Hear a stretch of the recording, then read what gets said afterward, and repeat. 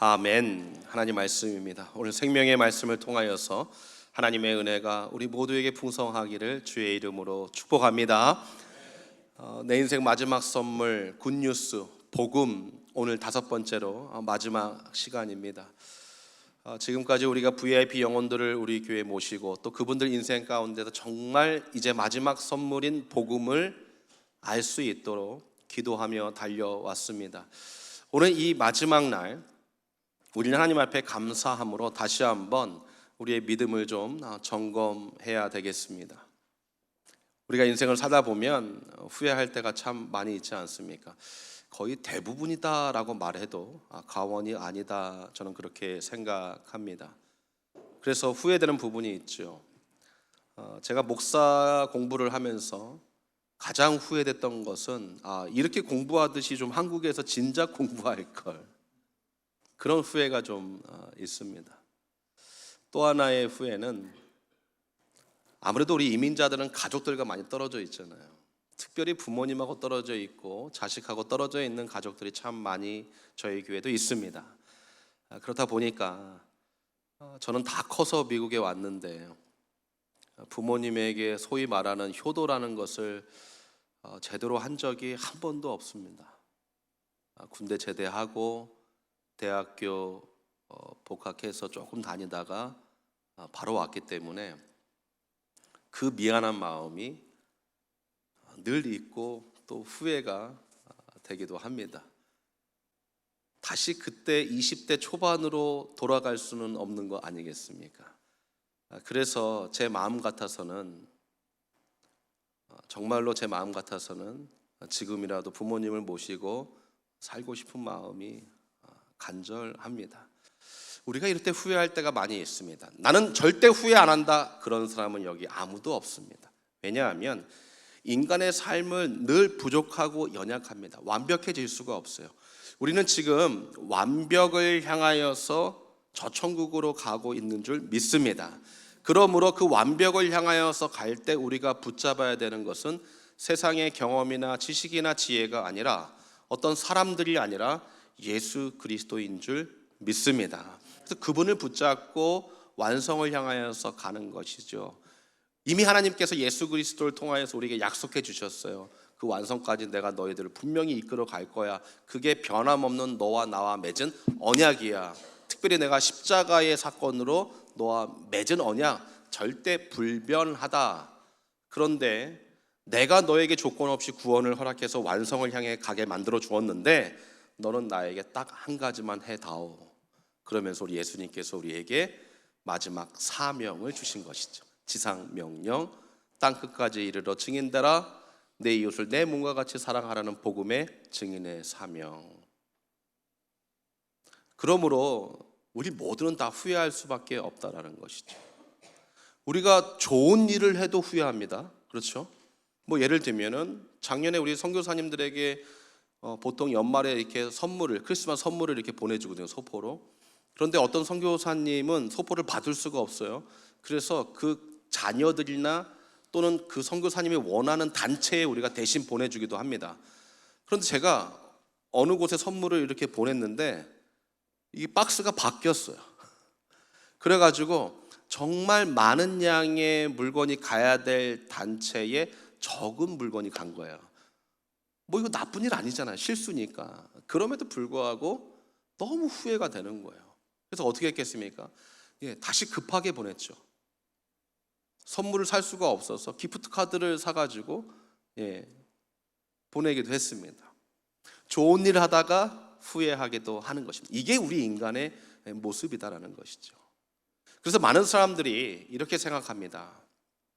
하나님께서도 혹시 나를 선택하시고 나를 이 교회의 담임으로 또는 나를 이 교회의 직분자로 세우신 것을 후회하시거나 잘못 선택한 것이 아닌가라고 우리 스스로 판단을 해버리는 것이죠. 하나님이 어떻게 나 같은 사람을 구원하실까? 나는 가짜인가 보다 라고 하면서 나를 저 밑바닥 인생으로 다시 내려놓는 것이죠. 뿐만 아니라 한 걸음 더 나아가서 다른 사람을 판단하고 정죄합니다. 아유, 어떻게 저런 사람이 어떻게 교회 장로라고 집사라고, 아니 자기만 판단하면 되지 남까지 판단해요. 자기만 후회하면 되지 남의 인생까지 후회하고 있는 사람들이 있다라는 것이죠. 오늘 바울이 로마 교회 성도들에게 너희 인간들은 연약해서 그렇게 생각할지 모르겠지만 하나님에게 있어서는 절대 후회하심이라는 것이 없다라는 것입니다. 할렐루야. 로마서 오늘 본문과 이어서 꼭 읽어야 될 본문이 9장, 10장, 11장입니다. 9장, 10장, 11장은 우리가 받은 구원에 대해서 잘 설명해 주는데, 구원은 믿음으로 받는 것이다. 그래서 우리가 잘 아는 대로 누구든지 주의 이름을 부르는 자는 구원을 얻으리라. 누구든지 모든 사람들이 주의 이름을 부르면 믿으면 구원받을 수 있다. 그러므로 이 복음을 전하는 자가 없으면 누가 듣겠느냐? 믿음은 들음에서 나고 들음은 말씀에서 나는데 누가 전하는 자가 되어야 되겠느냐라고 하면서 이 구원을 설명해 주게 됩니다. 그런데 로마 교회뿐만 아니라 당시의 초대교회에는 이런 일이 있었습니다. 처음 복음을 접하고 성령의 충만함을 받은 사람은 이방인입니까? 유대인입니까? 보통 우리가 일반적으로 유대인이라고 보고 있죠. 그래서 이 디아스포라 유대인들이 다 흩어져 살다가 사도행전 2장에 마가의 다락방에 모이게 되죠. 예루살렘에 모이게 됩니다. 오순절을 지키기 위하여서 1년에 3번 또는 일생에 몇 번은 꼭 이 예루살렘에 와서 예배를 드려야 된단 말이죠. 절기를 지켜야 된단 말이죠. 모든 유대인들은 디아스포라 유대인들이 그래가지고 예루살렘에 모였습니다. 거기서 성령의 충만함을 받고 이제 교회가 시작되게 되죠. 그러니까 처음에 성령 체험을 하고 처음에 복음을 들은 사람은 누구입니까? 유대인들로 우리가 보는 것이 맞죠. 그래서 그 유대인들 중에서 예수님을 믿는 복음 들은 사람들이 이제 복음을 전하기 시작했는데 놀라운 일이 일어났죠. 우리 사도행전 공부했죠. 이방인들이 예수님을 믿기 시작하는 것입니다. 놀라는 것입니다. 아니 복음은 유대인들에게만 적용되는 줄 알았는데 이 복음이 이방인들에게도 전해지는 것입니다. 더 놀라운 것은 사마리아 땅에도 복음이 전해지는 것입니다. 아하, 사도행전 1장 8절 성령이 너에게 임하시면 너희가 권능을 받고 땅 끝까지 이르러 내 증인이 되리라. 그 말씀대로 정말 이루어지는구나 라고 생각하게 되었던 것이죠. 그런데 혼란이 생겼습니다. 베드로도 혼란했어요. 바울도 혼란스러웠습니다. 그러나 복음은 정말 이런 거구나. 나중에 베드로가 예루살렘 공의회의 호출을 받아서 가죠. 내가 증인이요, 내가 봤습니다. 내가 저 사마리아 땅에 저 오지에 정말 유대인들이 아닌 사람들이 복음을 듣더니 예수님을 믿더라. 내가 증인이요 라고 하면서 베드로가 증인이 되어서 그것을 증거하게 되죠. 로마 교회에도 그런 일이 있었습니다. 갑자기 유대인들 중심으로 교회가 부흥이 되다가 갑자기 복음이 이방인들에게 전파되기 시작합니다. 그러니까 많은 기독교인들이 혼란스러운 것입니다. 아니 그러면 하나님께서 이스라엘을 버리신 것인가? 하나님께서 이스라엘 백성들을 버리신 것인가? 왜 복음이 이방인들에게만 가는 것인가? 그때 바울이 나타나서 정리를 해주는 말씀이 9장, 10장, 11장입니다. 내가 누구입니까? 나는 유대인이요. 베냐민 지파 사람입니다. 나 유대인 아닙니까? 내가 예수 믿는 사람들 잡으러 가다가 주님 만난 그 사람 아닙니까? 나도 복음을 받았습니다. 하나님께서 지금 이스라엘 백성들에게 복음이 전파되지 않는 것 같이 보이지만 남는 자를 준비시켜 놓았습니다. 남은 자들. 여기서 남은 자 사상이 나오는 거예요. 신약에서. 남은 자들이 있습니다. 그래서 이스라엘이 반드시 회복될 것입니다.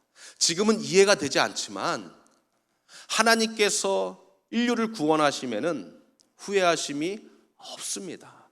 은사와 그의 부르심에는 하나님은 결단코 불변하십니다. 그러므로 기다리십시오. 어떻게 해요? 하나님을 찬양하면서. 그러면서 한 이야기를 해줍니다. 바로 엘리야 사건이죠. 열왕기상 19장에 보면 18장서부터 이렇게 보면 그 유명한 갈멜살 전투가 나옵니다. 이 갈멜살 전투는 진짜 전투가 아니라 엘리야 선지자와 그리고 바알을 섬기는 선지자 450명, 아세라를 섬기는 선지자 400명, 합이 850인이 갈멜산에 모여서 어느 신이 정말 살아있는지를 대결하는 전투였던 것이죠. 성경에 의하면 아세라의 선지자들에 대한 말은 없지만 시작이 850인으로 시작했는데 성경은 450인만 적고 있습니다. 바알을 섬기는 선지자들, 제사장들인 것이죠. 결국 누가 이겼습니까? 네, 바알을 섬기는 선지자들이 기도했을 때는 아무런 일이 일어나지 않았는데 엘리야가 기도할 때 하늘에서 하나님의 불이 땅에 떨어져서 제단을 다 태울 것뿐만 아니라 다 핥았다. 그러니까 싸그리 다 그냥 태웠다라는 것이죠. 그래서 엘리야가 이겼습니다. 몇 대 몇입니까? 450대 1인 것이죠. 그리고 나서 엘리야가 이 450명을 다 어떻게 했습니까? 따라와. 그래서 골짜기에 데리고 가서 다 죽여버립니다. 아합 왕이 깜짝 놀랐죠. 이 놀라운 기적을. 그래서 아합 왕의 아내 이세벨에게 이 이야기를 또 가가지고 또 자기 아내한테 또 다 얘기합니다. 내 수족들이 지금 다 죽었다고. 그랬더니 이세벨이 이제 화가 나가지고 열왕기상 19장에서 이 엘리야에게 사자를 한 명 보내게 됩니다. 호랑이 사자가 아니라 총칼을 든, 당신 총이 없었지, 칼을 든 사자를 보내서 엘리야에게 이 왕비의 말을 전하게 됩니다. 너 이제 죽을 거다. 내가 너 죽이겠다. 그러니까 엘리야가 얼마나 놀랐겠어요. 아니 내가 왕 앞에서 기적을 행하고 이런 일을 행했는데 내가 왜 죽어야 돼? 낙심이 되게 좌절돼서 엘리야가 도망가게 되죠. 그래서 그 유명한 무슨 나무? 로뎀 나무 아래서 엘리야가 몸을 숨기게 됩니다. 그리고 죽기를 바랬죠. 놀랍지 않습니까? 아니 450대 1로 이긴 선지자가 하나님을 경험하고 기적을 체험하고 초자연적인 일을 경험했던 엘리야가 로뎀 나무 밑에서 나 죽겠습니다 주님 그러고 있는 거예요. 이건 정말 놀라운 일이지만 우리가 그만큼 연약할 수 있다라는 것이죠. 그때 하나님께서 짜잔 하고 나타나십니다. 엘리야야, 너 지금 왜 낙심하고 있느냐? 내가 너를 위하여, 아니 나 하나님 여호와의 영광을 위하여서 내가 너 이룰 줄 알고 준비한 사람들이 있어. 바알에게 무릎 꿇지 않은 몇 명? 7,000명의 하나님의 사람들을 뭐하고 있다? 준비해 놓았다. 엘리야가 깜짝 놀랐죠. 아니 저를 책망하고 저를 지금 막 혼내야 되는데 우리 하나님께서 너 그럴 줄 알고 그럴 줄 알고 내가 이렇게 준비했지. 야, 우리 하나님. 다시 엘리야가 힘을 내서 내려오게 되죠. 그리고 엘리사와의 그 유명한 만남이 이루어져서 동역하고 이제 하나님의 일을 끝까지 감당하게 됩니다. 바울이 그 이야기를 하는 것입니다. 야, 너네 그거 기억나잖아. 그러므로 지금 여러분들 눈에는 보이지 않고 여러분들 눈에는 아무것도 되지 않는 것 같고 여러분들 눈에는 지금 우리 교회는 부흥이 안 되고 옆 교회만 부흥이 되는 것 같지만 하나님에게는 분명한 계획과 섭리와 준비된 자들이 있다라는 것입니다. 할렐루야. 이것을 믿어야 된다라는 것이죠. 특별히 두 가지, 은사와 부르심이다. 하나님이 후회하지 않는데요. 이건 불변하다는 것입니다. 은사는 무엇입니까? 조건 없는 선물입니다. 우리가 받은 구원을 1차적으로 생각해야 되고 두 번째는 우리가 받은 여러 가지 달란트와 또 초자연적인 능력들 이런 걸 다 포함하고 있는 것입니다. 하나님께서 우리에게 많은 은사들을 주셨습니다. 근데 우리가 그 은사들을 사용하지 않을 때도 있지만 하나님은 야, 너는 내가 그런 은사를 줬는데 왜 사용하지 않어? 라고 하면서 책망하는 것이 아니라 후회하심이 없다. 부르심이라는 것은 우리를 목사로 부르고 장로로 부르고 이 부르심이 아닙니다. 여기서 말하는 부르심은 모든 하나님을 믿는, 즉 예수 그리스도를 믿어 이제 천국 백성이 된 모든 사람들을 총칭하는 부르심입니다. 우리가 이렇게 보면은 솔직히 믿음이 좋아 보이는 사람도 있고 봉사를 열심히 하는 사람도 있어요. 세상 말로 뺀질뺀질 거리는 분들도 계십니다. 그런데 하나님은 그런 조건, 그런 퀄리피케이션을 제한하지 아니하시고 후회하지 않으신다. 할렐루야.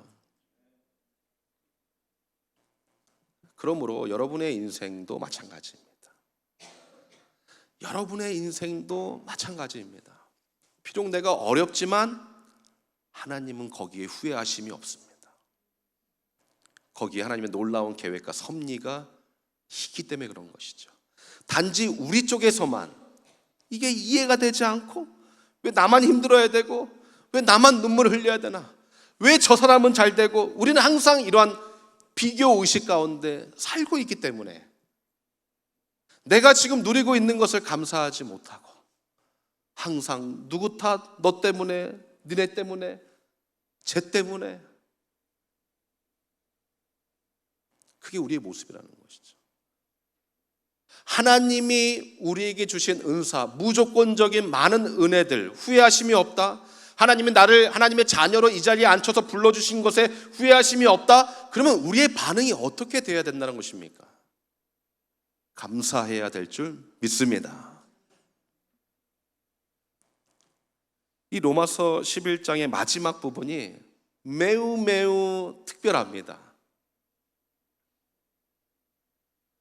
33절, 34절, 35절, 36절을 보면, 여러분 이 두꺼운 성경책을 보시면 그 숫자 앞에 또 무슨 표시가 있습니까? 기호 표시 중에 동그라미 표시가 있어요.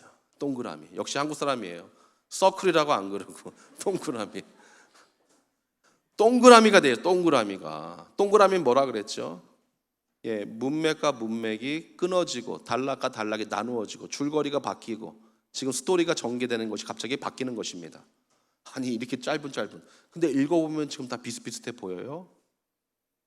그런데 학자들이 이건 바울이 이런 의도를 가지고 썼다라는 것이죠. 바울이 지금 너무 답답한 것입니다. 여러분 로마에서 신앙생활을 한다는 것이 굉장히 힘든 거예요. 그러니까 이 사람들이 로마 교회에서 신앙생활을 하고 교회로 부응하며, 바울이 또 누군가가 개척한 교회가 아니에요. 로마 교회는 그러니까 자기들이 자생한 교회란 말이죠. 그런데 너무 헷갈린 것입니다. 왜 유대인들은 변화가 없을까? 왜 저 사람들은 변화가 없을까? 하나님이 포기한 것인가? 왜 하나님은 저 사람을 왜 여전히 놔두시는 것일까? 빨리 벼락을 치셔서 변화시켜서 주님의 몸된 교회로 데려오든지 사람이 좀 확 바뀌어야지 왜 저 인간을 저렇게 놔두시는가? 사람들이 너무나도 헷갈려하는 것입니다. 바울이 너희들이 이해할 수 없지만 하나님에게는 엘리야에게 7,000명의 돕는 자를 준비해 주듯이 너희 교회에, 너희 인생에 준비된 자가 있고, 너희가 지금 그렇게 어렵고 힘들고 믿음의 고난에 있을지라도 하나님의 부르심에는 후회하심이 없다. 우리가 해야 될 반응은 무엇이냐? 33절 읽겠습니다. 스크린 보시고 제가 읽습니다. 깊도다 하나님의 지혜와 지식에 부요하며 그의 판단은 측량치 못할 것이며 그의 길은 찾지 못할 것이로다.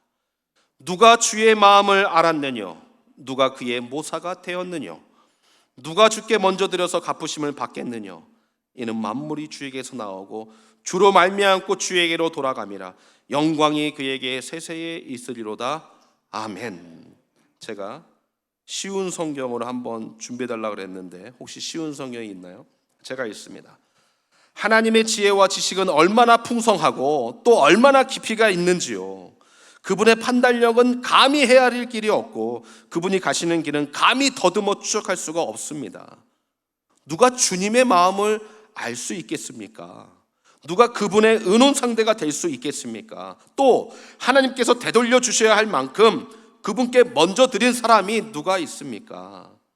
만물은 다 그분으로부터 나오고 그분으로 말미암아 존재하고 결국 그분에게로 돌아갑니다. 그분께 영원토록 영광을 돌립시다. 아멘.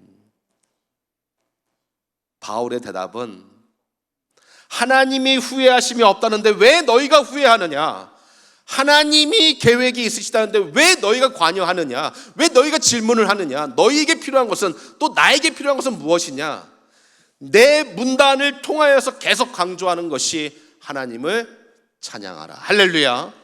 그분에게 영원토록 영광을 돌리는 찬양의 삶만이 우리의 반응이 되고 우리의 남은 인생이 되어야 될 줄 믿습니다. 찬양하며 살라 그랬더니 목사님 저 음치입니다. 그거 이야기하는 거 아닙니다.